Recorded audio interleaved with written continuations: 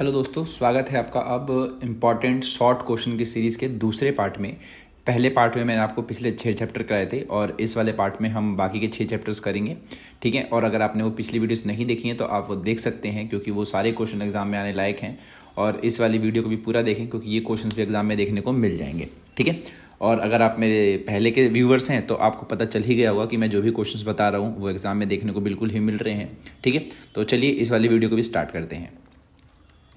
पहला क्वेश्चन आपका, describe the main feature of the temples in Vijayanagar empire. तो देखिए, विजयनगर एम्पायर जो था वहाँ पर बहुत सारे मंदिर थे, जो वहाँ पर सेक्रेड सेंटर था। तो वहाँ के मंदिर के बारे में ही हमें बताना है कि जो उनका स्ट्रक्चर था वगैरह कैसा था। तो देखिए, यहाँ का जो स्ट्रक्चर था वो इंडो इस्लामिक प्रकृति के हिसाब से बनाया गया था। मतलब कि जो भी वहाँ के जो आर्किटेक्ट्स थे उन्होंने जो भी तरीका अपनाया वो इंडियन और इस्लामिक, बेसिकली इंडो इस्लामिक जो इधर का कहा जाता है, उस तरीके से इनको बनाया। और वहाँ के जो मंदिर हुआ करते थे वो काफ़ी बहुत ज़्यादा बड़े बनाए जाते थे। वहाँ पर गोपुरम और मंडप होते थे। गोपुरम जो आपका होता है वो मंदिर से जो मतलब मुख्य द्वार होता है, बेसिकली मेन गेट जिसको हम कहते हैं, अपने उसमें जो चैप्टर होगा एनसीईआरटी वाला उसमें देखा होगा तो उनको गोपुरम कहा जाता है। और मंडप जो आपका होता है वो मंदिर के भीतर का एक हिस्सा होता है। मंदिर के भीतर का नहीं, मतलब जहाँ पे भगवान रहते हैं वहाँ नहीं, उसके बाहर की तरफ में जहाँ पर कोई कार्यक्रम वगैरह होता हो, कोई नृत्य वगैरह हो, या फिर मान लीजिए भगवान की शादी वगैरह होती है, तो ऐसे वाले जो कार्यक्रम थे वो मंडप वगैरह में हुआ करते थे।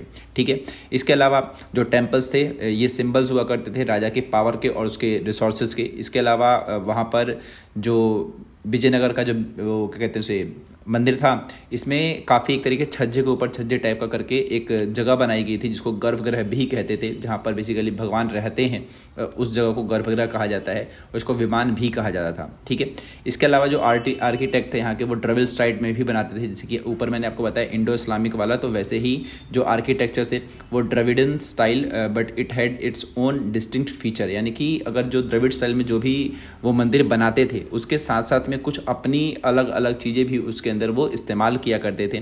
ठीक है, और इसके अलावा मंदिर जो आपका है वो एक कल्याण का मंडप हुआ करता था, क्योंकि इसका उपयोग संगीत, नृत्य, नाट्य, ये सब जो तीनों चीज़ें मैंने आपको बताई वही इन सब चीज़ों का इस्तेमाल कहाँ पे होता था, मतलब इन ये सब चीज़ें जो परफॉर्म करी जाती थी वो मंडप में करी जाती थी। ठीक है, तो इस तरीके से कि विजयनगर के अगर मंदिर पर सवाल आता है तो आप इस तरीके से इसमें जवाब लिख सकते हैं। अगला क्वेश्चन है आपका कि विजयनगर की जो वाटर रिक्वायरमेंट्स थी वो कैसे पूरी होती थी। तो देखिए, यहाँ पर वाटर रिक्वायरमेंट तो नदियों द्वारा ही पूरी होती थी। यहाँ की जो सबसे मेन जो नदी थी वो तुंगभद्रा नदी थी और इसी की ही जो भी चैनल्स थे उसके ज़रिए यहाँ पर पानी मिलता था। इसके अलावा यहाँ पर बहुत सारे जो शासक थे उन्होंने जलाशय वगैरह बनाए थे, जलाशय यानी कि टैंक्स वगैरह बनाए थे, और उन्हीं में जो अलग अलग धाराएँ थी यानी कि जो भी चैनल्स थे रिवर्स के, वो आकर के वहाँ पर पानी जमा होता था। इसके अलावा एक था आपका कमलपुरम टैंक, ये जो आपका था वो इरीगेशन या फिर जो रॉयल सेंटर से वहाँ पर पानी पहुँचाने के लिए इसका इस्तेमाल किया जाता। और ऐसी एक और नहर थी जिसको हिरिया कनाल भी कहते हैं, ये भी बहुत ज़्यादा एक तरीके से मतलब हिरिया कनाल भी एक तरीके से जो विजयनगर के जल की आवश्यकता थी उसको उसकी पूर्ति करती थी। ठीक है, तो यहाँ पर दो जलाशय हो गए, कमलपुरम जलाशय और एक हिरिया नहर, और साथ में यहाँ पर तुंगभद्रा नदी। ठीक है, और इस तरीके से वहाँ की जो भी रिक्वायरमेंट हुआ करती थी जल को लेकर के वो उसकी पूर्ति हुआ करती थी। अगला क्वेश्चन आपका, what was the role of village panchayat and the headman. ठीक है, तो यहाँ पर हमें बताना है ग्राम पंचायत और मुखिया की क्या भूमिका हुआ करती थी। तो जो आपने मुगल एम्पायर वाला जो चैप्टर है उससे लिया गया क्वेश्चन है ये। तो जो पंचायत है, पंचायत का जो मुखिया होता था उसको एक तरीके से मंडल मुकद्दम या मुखिया कह सकते हैं आप, यानी कि पंचायत का एक हेड क्या कहलाता है भाई, मुखिया कहलाता है। इसके अलावा पंचायत को जो भी पैसा वगैरह होता था वो गांव वालों से ही प्राप्त होता था, अलग अलग टाइप के टैक्सेस वगैरह हुआ करते थे। इसके अलावा इसमें जो क्या कहते हैं आपका पंचायत है वो जो भी काम होते थे गाँव वगैरह के, उसमें जो कुछ भी बनवाना है वो पंचायत ही करती थी, क्योंकि उनके पास जो पैसा आता वो इन्हीं चीज़ों के लिए आता था। इसके अलावा जाति को लेकर के जो भी नियम वगैरह बनते थे उसका ये लोग ध्यान रखते थे, ग्राम पंचायत वाले, यानी कि इन्हीं का काम था कि लोग जो हैं अपनी अपनी जाति के हदों में रहें, और जाति से बाहर कोई विवाह वगैरह होता है तो उसका भी यही लोग उसको दंड वगैरह देते थे, जुर्माना वगैरह लगा सकते थे। तो ये सब टाइप के जो भी अधिकार थे वो ग्राम पंचायत के पास थे या फिर मुखिया के पास में थे।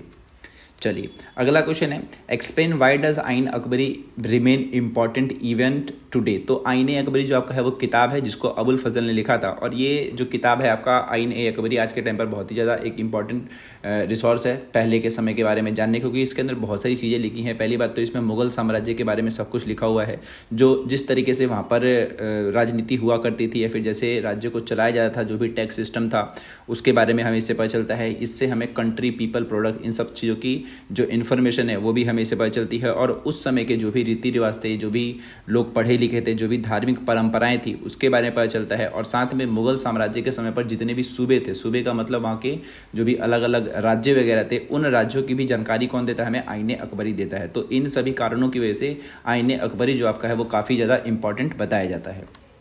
चलिए अगला क्वेश्चन है आपका, how did zamindar manage to retain control over the zamindaris. तो आप सभी को पता है कि परमानेंट सेटलमेंट आने के बाद क्या हुआ था कि बहुत सारे जमींदारों की जमींदारियां नीलाम कर दी जाती थी, क्योंकि वो समय पर टैक्स नहीं चुकाते थे, क्योंकि उनको गांव वाले से पैसे नहीं मिलते थे। तो आखिर वो अपनी जमींदारी को कैसे बचाते थे, ये सवाल पूछा गया है। तो ये लोग कभी कभी क्या करते थे कि अपने ही किसी रिलेटिव वगैरह को एक तरीके से सामान वगैरह बेच देना, ठीक है, या फिर मान लो जिस बंदे ने उनकी ज़मीनें वगैरह खरीदी हैं उसी ज़मीन पर वो एक तरीके से उन पर हमला करवा देते थे। इसके अलावा जो किसान हुआ करते थे, किसान जमींदारों के बड़े वफादार थे। तो अगर मान लो जो जमींदार की ज़मीन बिकी है और किसान को पता चला कि भाई ये मेरे अपने ज़मींदार की ज़मीन बिकी है, तो किसान लोग भी क्या करते थे, इन सब चीज़ों का विरोध वगैरह करते थे। इसके अलावा जो ज़मींदार थे वो अपनी जो ज़मीनें थी वो अपनी घर की महिलाओं के नाम कर देते थे, क्योंकि ब्रिटिश गवर्नमेंट का एक रूल था कि वो महिलाओं से ज़मीन नहीं लिया करते थे, ठीक है। तो ये कुछ तरीके थे जिसके ज़रिए जो ज़मींदार थे वो अपनी जो ज़मींदारी थे उसको ऊपर कंट्रोल वापस पा लेते थे। अगला क्वेश्चन आपका, why were jotedar more powerful than zamindar. तो जोतदार और जमींदार दोनों एक बहुत ही ताकतवर हस्तियां थी, लेकिन जो जोतदार थे वो जमींदारों से अधिक शक्तिशाली क्यों थे?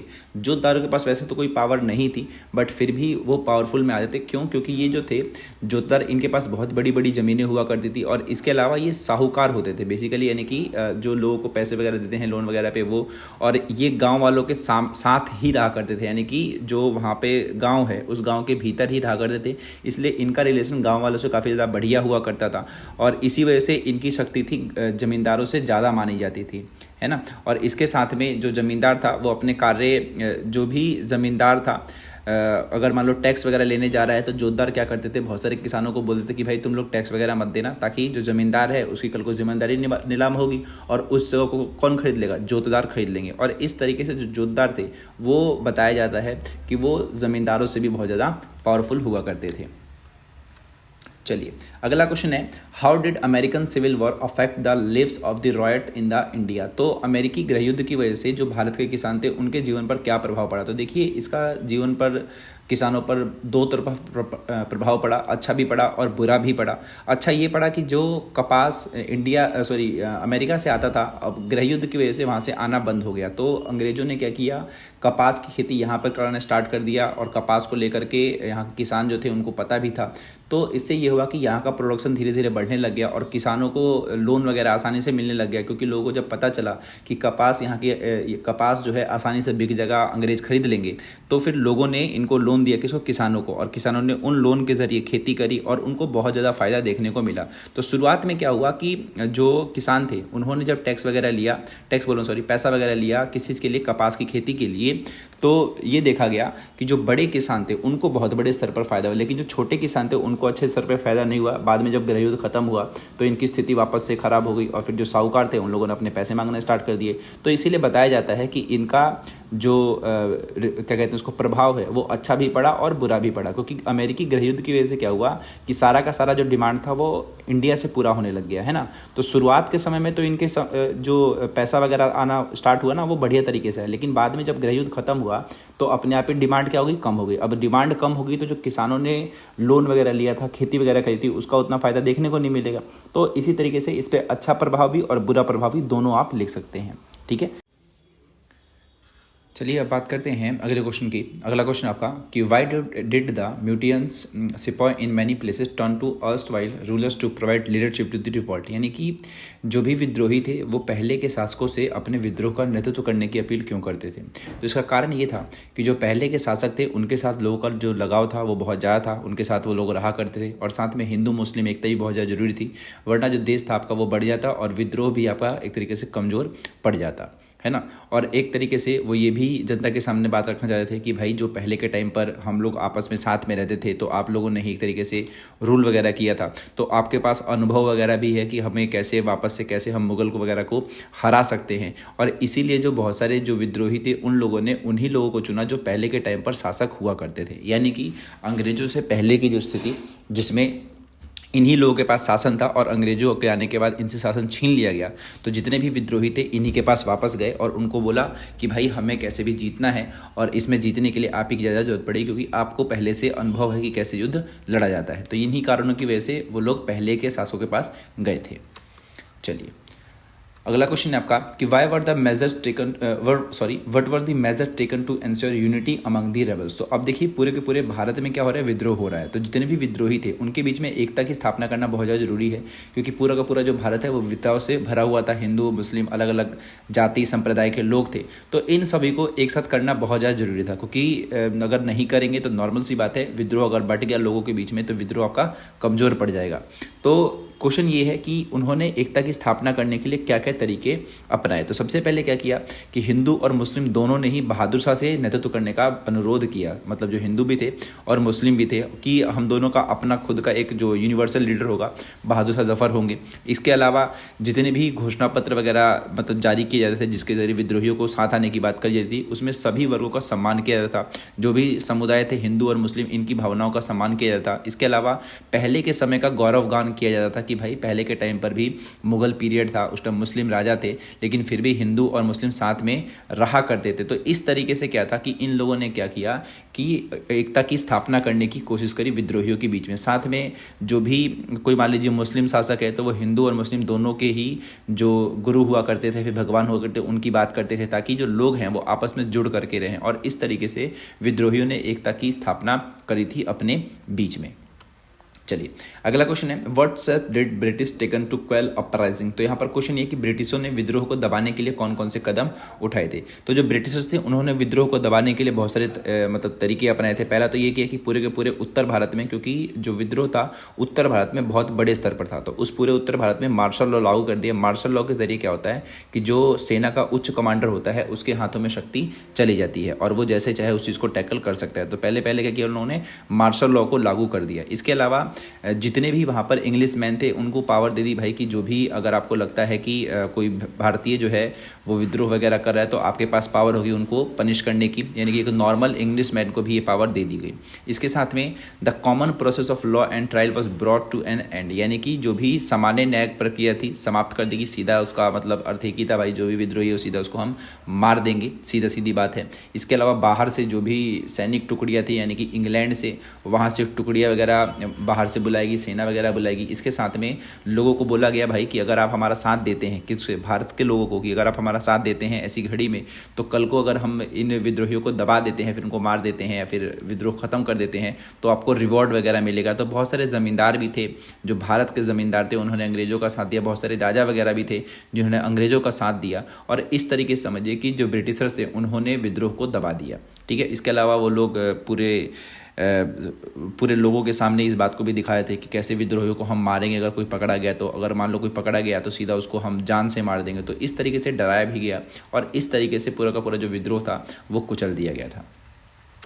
अगला क्वेश्चन है आपका what was subsidiary alliance system. तो सहायक संधि के बारे में पूछा गया क्वेश्चन। तो देखिए जो सहायक संधि थी वो लॉर्ड वेलेस्ली 1798 में लेकर के आए थे और इसके जरिए यही था कि जो भी भारतीय रियासतें वगैरह हैं, फिर जो भारत के लोग हैं, अगर वो चाहते हैं ब्रिटिश सरकार के साथ मिलना तो उनको ये अलायंस मिलता था। और इसके लिए जो ब्रिटिश सरकार थी उनको एक आर्मी देती थी कि आपकी रक्षा के लिए हमारी आर्मी होगी, बस इसके रखरखाव का जो खर्चा होगा वो आपको उठाना पड़ेगा। और यही था आपका सब्सिडरी अलायंस। और इसके ज़रिए अंग्रेज़ों ने भी अपनी जो क्या कहते हैं उसको सेना की जो पावर थी उसको बढ़ाया था। ठीक है, तो ये क्वेश्चन आप ध्यान रखिएगा सब्सिडरी अलायंस को लेकर के। इसमें 1 मार्क का भी पूछ लिया जाता है कि कब और किसने लागू किया था और इसके अंदर क्या था।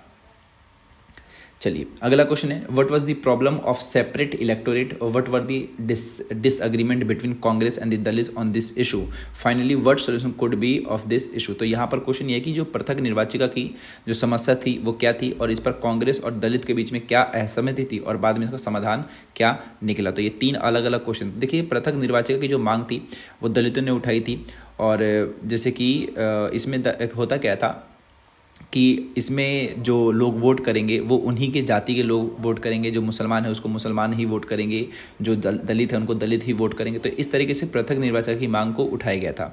और इसमें डॉक्टर BR अम्बेडकर भी चाहते थे कि भाई ये वाला रहे, ताकि जो हमारे दलित लोग हैं उनको इस तरीके से क्या मिलेगा, इससे आरक्षण वगैरह मिल जाएगा और हमें कम से कम थोड़ा सा वर्चस्व टाइप का मिल जाएगा, फिर नेतृत्व मिल जाएगा कि हम भी हिस्से में आ रहे हैं, हमारे पास अपने लोग हैं और हमारे अपने लोग जो हमें वोट करेंगे। लेकिन इसका घाटा ये होता कि अगर इसको अपना लिया जाता पृथक निर्वाचिका को, तो इससे क्या होता कि मान लीजिए जो मुस्लिम है या फिर मान लो कोई दलित है, उसको वोट कौन कर रहा है, उसी के जाति संप्रदाय के लोग कर रहे हैं, तो वो विकास किसका करेगा, उनका ही करेगा। और लोग क्या करेंगे, आपस में इसकी वजह से बट जाएंगे। तो इसीलिए गांधी जी थे इसका एक तरीके से विरोध करते थे और उन्होंने डॉक्टर BR अम्बेडकर को समझाया भी कि ये मत करो, क्योंकि अंग्रेज जो चाहते थे वो तो सेपरेट इलेक्टोरेट सिस्टम दे रहे थे। लेकिन महात्मा गांधी ने BR अम्बेडकर को समझाया भी, पृथक निर्वाचन को लेकर के महात्मा गांधी ने भी समझाया भी कि अगर हम इस चीज़ को मान लेते हैं तो हमारा जो भारत है वो बढ़ जाएगा। लेकिन बाद में इसको मान लिया गया, लेकिन इस चीज़ को जो माना गया वो कांग्रेस के भीतर माना गया, ना कि मतलब पूरे के पूरे भारत में। और इस तरीके से इस समस्या का समाधान निकाला गया। चलिए अगला क्वेश्चन आपका, why did Gandhi ji start non cooperation movement and why was it withdrawn. यानी गांधी जी ने असहयोग आंदोलन जो था वो क्यों शुरू किया और इसे वापस क्यों लिया। तो गांधी जी ने जो असहयोग आंदोलन स्टार्ट किया था वो रॉलेट एक्ट के अपोज में किया था, क्योंकि इस टाइम जो था वो रॉलेट एक्ट को अंग्रेजों ने ला दिया था। रॉलेट एक्ट में यही था कि बिना किसी दलील के, बिना किसी वकील के सीधा आपको जेल में 2 साल के लिए डाल दिया जाएगा। और साथ में ही जो जलियांवाला बाग हत्याकांड हुआ था उसको लेकर के भी थे इसके अंदर। और इस तरीके से उन्होंने जो नॉन कॉपरेशन मूवमेंट है इसको स्टार्ट किया और बाद में नॉन कॉपरेशन मूवमेंट में ही खिलाफत मूवमेंट को भी ऐड कर लिया। और साथ में एक और चीज़ की प्राप्ति करी थी भाई, स्वराज की प्राप्ति, यानी कि हमारे पास खुद का सेल्फ रूल हो। ये इस चीज़ की चाहत में बेसिकली नॉन कॉपरेशन मूवमेंट को स्टार्ट किया। लेकिन हुआ क्या कि चौरी चौरा में घटना घटी, चौरा में घटना घटी। और घटना ये घटी थी कि जो हिंसक भीड़ थी उन्होंने पुलिस स्टेशन में आग वगैरह लगा दी और बहुत सारे लोग मारे गए, और लोग नहीं मतलब पुलिस वाले मारे गए। और इसकी वजह से क्या था कि महात्मा गांधी ने इस आंदोलन को वापस कर लिया, क्योंकि वायलेंस में तब्दील हो गया। ठीक है, तो यही था आपका कि असहयोग आंदोलन शुरू क्यों किया गया और इसे वापस क्यों लिया गया।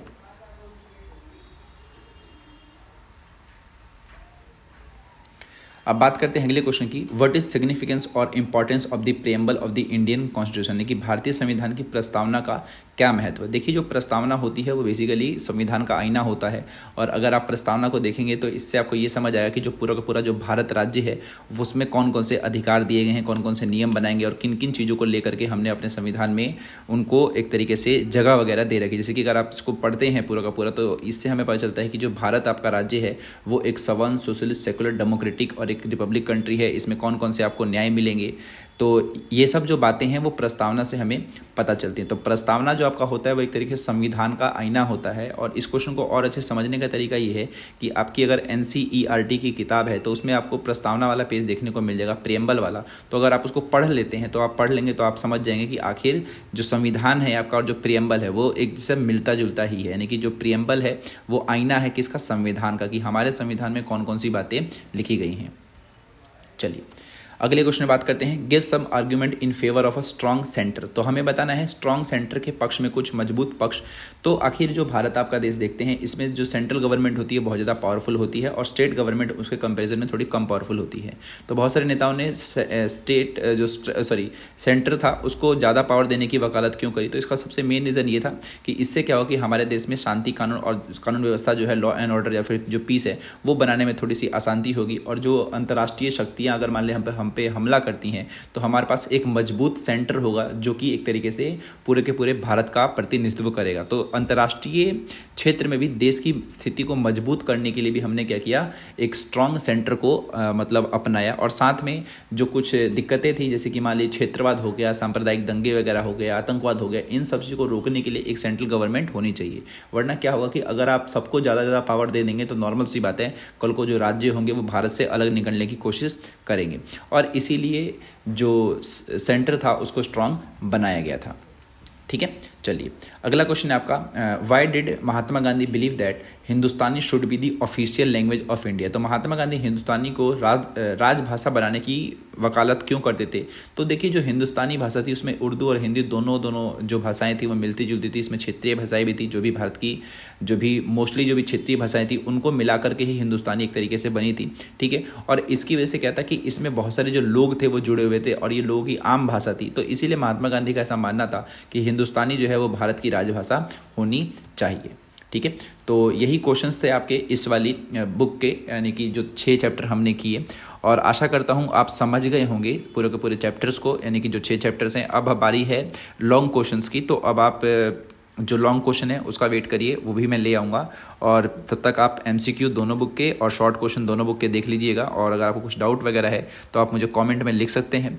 और बाकी मिलता हूँ मैं आपसे नेक्स्ट वीडियो में, तब तक के लिए गुड बाय।